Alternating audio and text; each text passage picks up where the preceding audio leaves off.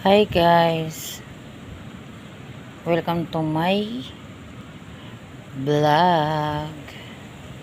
Ayan, may guest tayo dito ngayon, dalawa. Ayan sila, Calooco Beach. Ayan po. Hindi kami ngayon kumuha ng kulap po kasi malon yung dagat, namumuti.